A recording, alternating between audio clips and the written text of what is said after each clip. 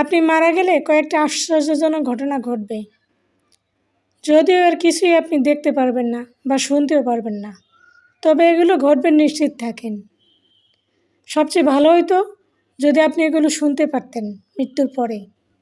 বিশেষ করে আপনি কত ভালো মানুষ ছিলেন সেটা খুব ঘটা করে কিছু মানুষ বলে বেড়াবে। এরা কারা জানেন? আজকে যাদের কথার আঘাতে আপনি মন খারাপ করে আছেন, কষ্ট পাচ্ছেন, সেই সব মানুষগুলো আপনি মারা যাওয়ার পরে আপনার প্রশংসায় পঞ্চমুখ হয়ে থাকবে। এটা ভাবার কারণ নেই যে এরা এগুলো বলতেছে আপনাকে কষ্ট দিয়েছে সেই অনুশোচনা থেকে।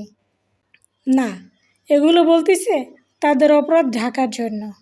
তারা যে বিনা কারণে অকারণে আপনাকে কষ্ট দিয়েছে সেগুলো তো দুই একজন দেখেছে, শুনেছে। তাদের কাছে নিজেদের অপরাধ ঢাকতেই এসব বলতেছে। আপনি তাদের কথায় মন খারাপ করে আছেন? এদের মতো মানুষের কথায় মন খারাপ করে চলবে? এদের কাজই হলো অন্যের সমালোচনা করা। সে আপনি কিছু করেন আর না করেন, এরা সমালোচনা করবেই। এদের মতো ক্লাসহীন মানুষের কথায় গুরুত্ব না দিয়ে আপনি আপনার কাজে মনোযোগী হন। আপনি ভালো না খারাপ সেটা আপনি ভালো জানেন।